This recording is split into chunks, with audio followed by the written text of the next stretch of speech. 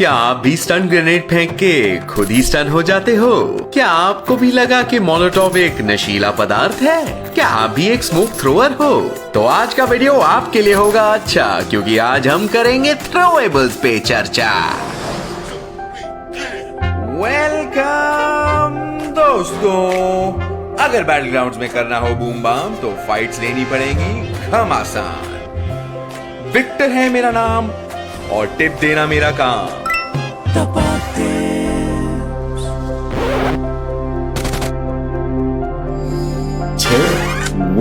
तो guys, game में हमें मिलते हैं 4 तरह के थ्रोएबल्स। मॉली यानी कि मोलोटोव, ग्रेनेड यानी कि बम, स्टन ग्रेनेड यानी कि ये किसने फेंका, एंड स्मोक ग्रेनेड। स्मोक फेंकने बोला, एनर्जी ड्रिंक बता रहा है, शर्म आती है, शर्म आती है। शुरू करते हैं ट्रेजेक्टरी लाइन से। जो लोग ज्योमेट्री क्लास में बोलते थे ना ये सब काम आएगा, आज काम आ गया, क्योंकि ट्रेजेक्टरी लाइंस की मदद से हमें अंदाजा मिल जाता है कि जो हमारे थ्रोएबल्स हैं वो कहाँ पे और कैसे गिरने वाले हैं। ट्रेजेक्टरी लाइन का ये जो वाला एरिया है ना, ये डिसाइड करता है कि तुम्हारा जो ग्रेनेड है या फिर जो भी थ्रोएबल तुमने फेंका है वो कहाँ पर लैंड करने वाला है। वैसे ये लाइन से रिलेटेड एक सेटिंग भी है, अगर ऑफ रखते हो तो जो लाइन है वो थ्रोएबल एक्टिवेट करने के बाद ही दिखेगी, लेकिन अगर तुम इसे सेटिंग्स में जाकर ऑन कर देते हो तो जैसे ही तुम थ्रोएबल को अपने हाथ में लोगे तुम्हें ट्रेजेक्टरी लाइन दिख जाएगी। फिर जब तुम थ्रोएबल को एक्टिवेट करोगे तो व्हाइट लाइन हो जाएगी रेड लाइन। आइए चलते हैं नेक्स्ट टिप पे।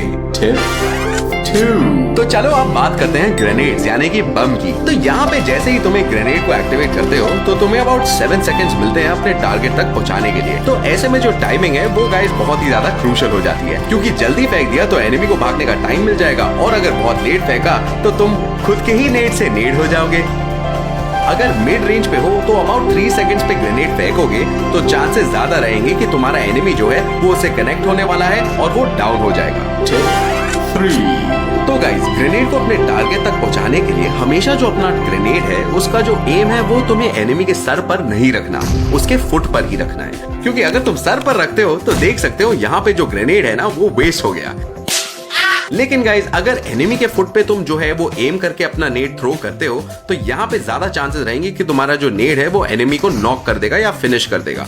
अब इनकेस डायरेक्टली एनिमी तक नहीं पहुंचा पा रहे तो टॉस टेक्निक सीखनी पड़ेगी। पहले अनुमान लीजिए कि एनिमी कहां पर छुपकर बैठा है, फिर आसपास दीवार पर एम लगाइए जिससे कि ग्रेनेड आपके एनिमी तक पहुंच जाए, और फाइनली ग्रेनेड फेंक एनिमी को रोते देख घर ले जाइए कामयाबी का रेड वेलवेट केक। अब बात करते हैं स्मोक्स के बारे में। लेकिन सबसे पहले स्मोक का यूज होता है स्मोक पाथ बनाने के लिए, और ये एक मोस्टली डिफेंसिव स्ट्रेटजी है। मान लो आपको एनिमी ने चारों ओर से घेर रखा है और आपको वहां से निकलना मुश्किल है, तो आप स्मोक पाथ बना के वहां से निकल सकते हो। अब स्मोक पाथ इफेक्टिवली बनाने के लिए गाइस आपको लो टॉस वाला फीचर यूज करना है अपने स्मोक्स का।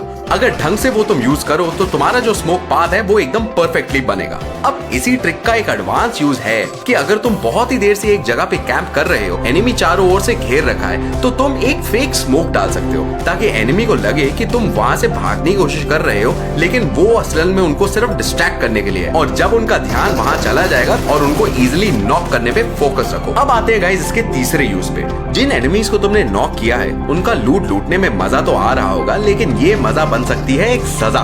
वहां पे भी लूटने से पहले एक स्मोक लुटा दो ताकि एनिमी को आपको स्पॉट करने में मुश्किल हो और आप एकदम बिंदास तरीके में लूट पाओ।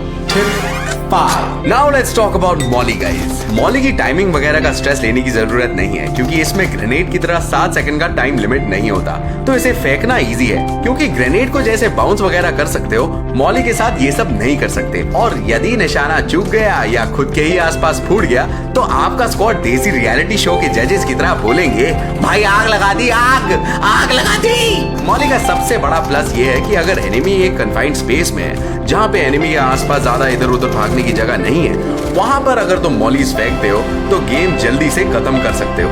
पर अगर एनिमी रूम के अंदर डोर बंद करके छिपा हुआ है तो डोर तोड़ने की जरूरत भी नहीं है, बस चिल्लाओ मॉली दरवाजा तोड़ दो, क्योंकि मॉली आसानी से दरवाजा भी तोड़ देगा आपका। एंड गाइस, अगर कभी भी तुम्हारा एनिमी बहुत देर से टीपीपी लेकर बैठा हुआ है तो वहां पर मॉली फेंको और देखो चींटी की तरह सब बाहर भागेंगे। अब तुम देख रहे हो विक्टर टिप वाला की वीडियो, तो यहाँ पर कुछ क्रेजी ना मिले ऐसा तो हो नहीं सकता। तो गाइस, अगर तुम्हारी टीममेट्स गरा मस्ती में तुम पे ही मॉली फेंक दे तो तुम्हें वहां 2-3 सेकंड का जो है ना टाइम मिलने वाला है, जिसके बीच तुम उस मॉली से बच के निकल सकते हो बिना किसी डैमेज के।